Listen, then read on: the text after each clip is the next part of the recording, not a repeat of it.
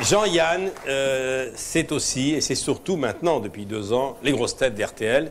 Émission de radio du siècle, j'ai vu ça. Oui, du siècle. Du siècle. Hein, on a voté à la fin du millénaire. Oui, l'émission de radio du siècle, oui, non, c'est l'émission... il n'y a pas d'équivoque, c'est pas de l'année dernière. L'émission créée par Philippe Bouvard il y a 22 ans, un 1er avril. À l'époque, il y avait encore Jean Farand. Une émission qui est devenue mythique. Alors, avant d'accueillir toute la bande, avant de donner la parole, j'ai voulu donner d'abord... C'est quand ils vont venir, là? Oui, ils vont tous venir. Ça va être dur. Hein. Ça va être dur, on va voir, on va essayer. Hein. Mais d'abord, j'ai voulu rencontrer le patron de la station, Philippe Labro, et je lui ai demandé de parler de vous. Regardez, écoutez.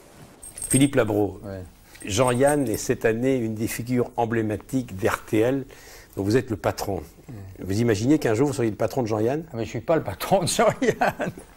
Jean-Yann, il n'a pas de patron. Le patron de Jean-Yann, c'est lui. C'est sa personnalité, c'est son humour, c'est son ton, c'est sa gouaille, c'est son regard sur la vie, sur les autres. C'est aussi son passé, son expérience. Il a été journaliste au départ. Oui. Et il l'est resté. Ben, si on considère que c'est large le mot journalisme, il a une notion et disons une veine de pamphlétaire, de satiriste, de caricaturiste, hein, de regard contemporain, mais vu évidemment sous un prisme très très différent du journaliste pur et dur qui ne fait que raconter la vérité. Lui, il va chercher la vérité d'un fait et il la déforme, il la transforme. Il est né avec ça, il est né avec cette voix, ce ton, ce regard. Ce regard, oui, c'est un regard dans lequel il y a de l'ironie, il y a une sorte de compassion pour la vie, il y a aussi, on sent de la colère rentrée aussi. Hein. Il y a une certaine tristesse aussi parfois. Oui, bien sûr, oui, il y a un côté chien battu. Mais le chien battu n'est pas battu longtemps. Je crois que ce qui le caractérise essentiellement, c'est la liberté. Quoi. Voilà.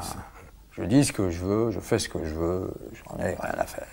Alors vous êtes à l'origine du renouveau quand même des grosses têtes, parce que Philippe Bouvard et son équipe ont changé leur manière de travailler en se rapprochant le plus possible de l'actualité.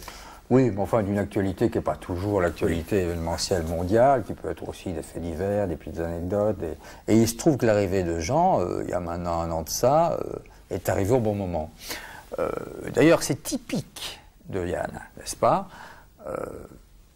Nous sommes au Stade de France, Johnny Hallyday va chanter, Jean-Yann est parmi les invités de RTL, il débarque, et je peux vous dire que ça fait 10 ans que je ne l'ai pas vu.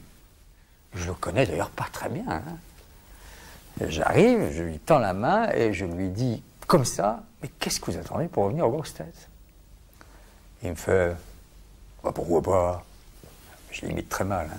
Une espèce de ton comme ça. Je lui dis, donnez-moi votre numéro de téléphone, que je n'avais pas. Comme ça. Je prends mon portable, j'appelle Philippe Bouvard, je lui dis, Philippe, t'as Jean-Yann, tu l'appelles.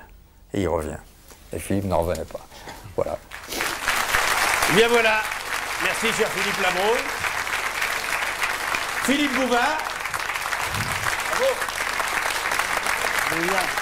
Alors, Philippe Bouvard va présenter beaucoup mieux que moi ses complices. D'abord, un petit mot, ce que vient de dire Philippe Labro. Vous aviez été étonné que Jean-Yann accepte finalement de refaire de la radio après tant d'années? Bon, je crois que c'est comme les histoires d'amour. Il faut être là au bon moment. Non, c'est parce que théoriquement, je ne pouvais rien faire d'une façon fixe, parce que je passais ma vie à me balader d'un endroit à l'autre, d'un pays à l'autre pour tourner des choses comme ça. Alors, c'est ennuyeux de dire aux gens, oui, je vais venir, et puis je me décommande, et puis je peux plus, ou je suis désolé, je peux pas. Et là, j'ai trouvé qu'il y a eu une période de... Bon, alors Philippe, je vous laisse faire ce que vous faites tous les après-midi à 16h30. Vous présentez vos invités aujourd'hui. Ah bah oui, c'est un plaisir. Adolescent, il donnait d'énormes inquiétudes à ses parents. Ceux qui ont vu son premier film assurent qu'il a bien tourné. C'est Patrick Sébastien. Patrick Sébastien.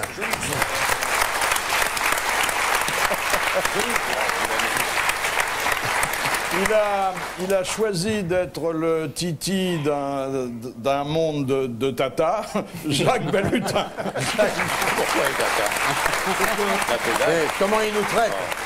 Comment il traite les cyclistes que nous sommes? C'est ça, la pédale, c'est gentil. On l'a vu faire la révérence devant un genou couronné, Stéphane Bern. Stéphane Bern.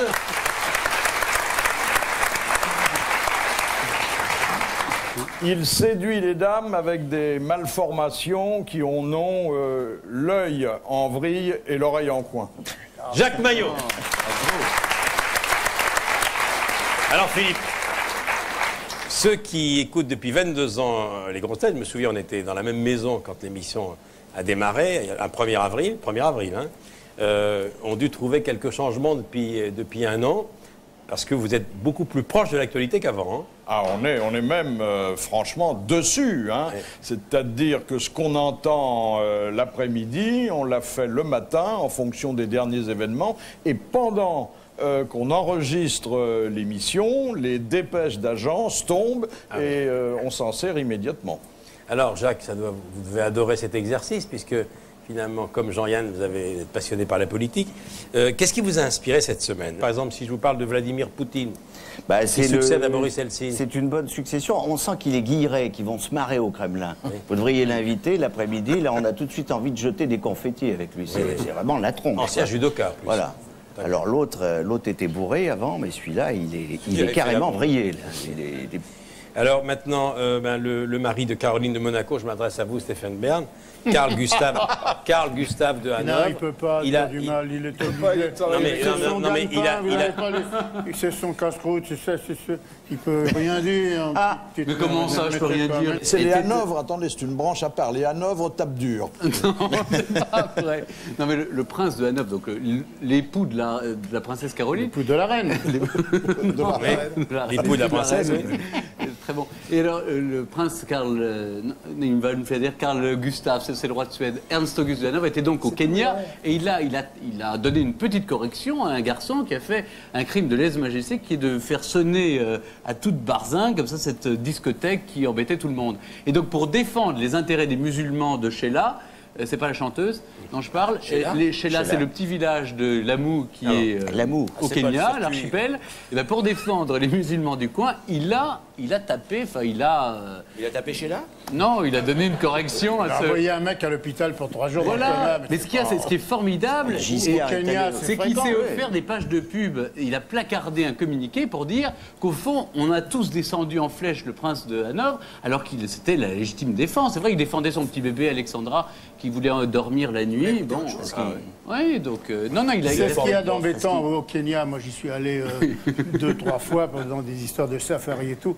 C'est cette chier de discothèque qu'il y a qui fait du bruit partout dans tout. C'est vrai. Au Kenya, c'est insupportable. Quand c'est pas le bruit de discothèque au Kenya, c'est insupportable. C'est-à-dire, il y a les lions d'un côté, les tigres, alors les discothèques.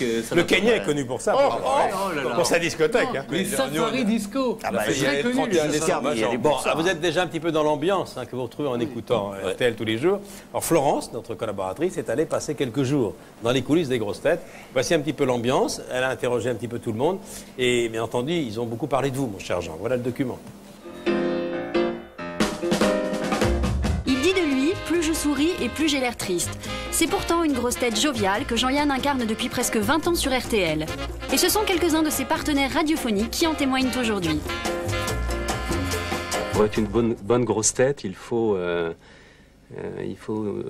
ne surtout rien préparer, ne pas se presser, ne pas trop s'inquiéter, être attentif aux autres et puis aller son chemin, aller son pas. Et c'est vrai que Jean-Yann est un maître en la matière. Il est à l'écran et il serait à la scène, s'il voulait s'en donner la peine, ce qu'il est à la ville.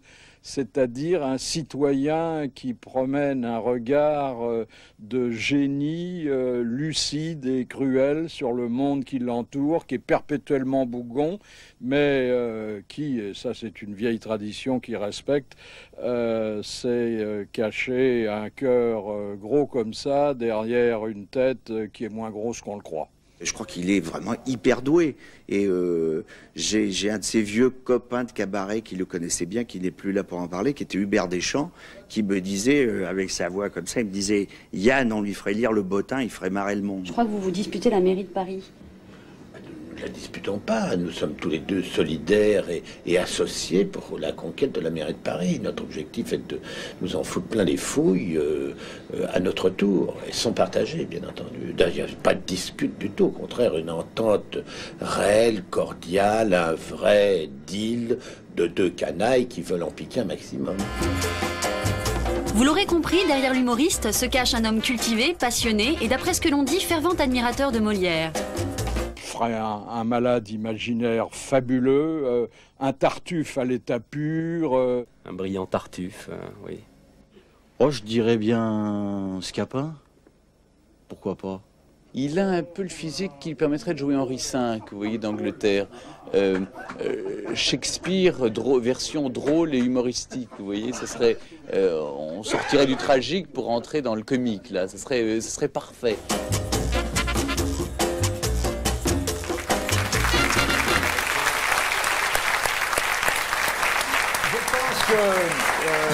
Jean, alors là, je parle du comédien, il faut ne pas oublier que c'est un de nos plus grands comédiens. On va voir des extraits de films tout à l'heure. Que c'est le talent du comédien à l'état pur, parce que Jean, que le personnage le plus modeste, le plus tranquille, le plus paisible, et le plus gentil devient le plus méchant à l'écran.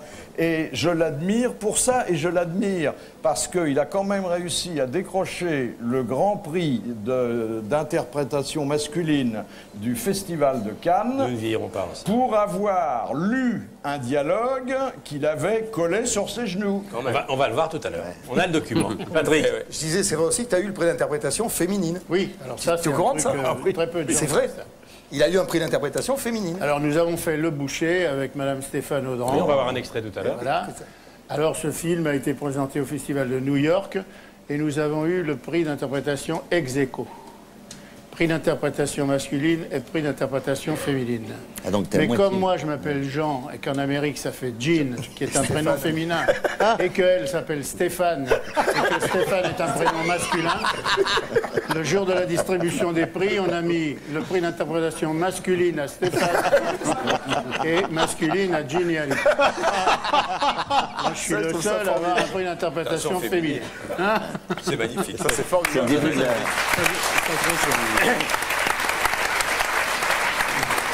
Alors, les grosses têtes, Philippe, est-ce qu'il y en a qui ne se sont pas habitués, qui n'ont fait qu'un court passage? Oui.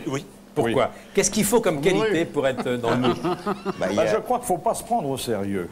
Enfin, pour les garçons, parce que les filles, si elles sont gentilles avec Philippe, elles restent. Est-ce qu'il y a des femmes qui ne sont pas revenues parce que c'était trop? Oui, on a eu, c'est dommage parce qu'elle est à la fois charmante et intelligente. On a eu une mésaventure avec la fille aux yeux d'or, Marie Laforêt. Bon.